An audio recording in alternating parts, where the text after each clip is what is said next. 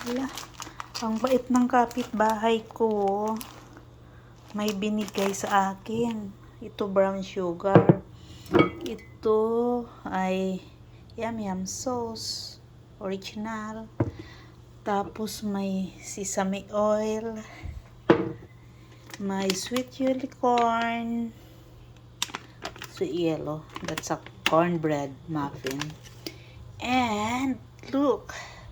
It's Randall. It's bean mix with something. And look, brown sugar ham. First time ko makakita nito. Cord, tawag dito. Parang maliit na kalabasa. See, tingnan nyo.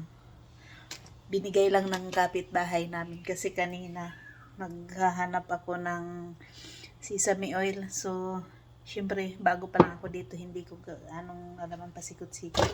Tapos binigay niya ako ng konti kanina, yung may bawas na. Ito binigay niya kanina. Tapos ngayong hapon, kala ko kung sinong nasa pinto, oh. Binigyan niya ako, ang dami, oh. Tapos may kasama pang mga towel. Ayan, oh, binigay niya. Matutulog na sana ako, kaso lang bigla akong nagutom. May ham. So, dinner natin ngayon. Mag-prepare ako ngayon ng dinner. Thank you sa aking mabait na kapitbahay dito sa Buhay Amerika.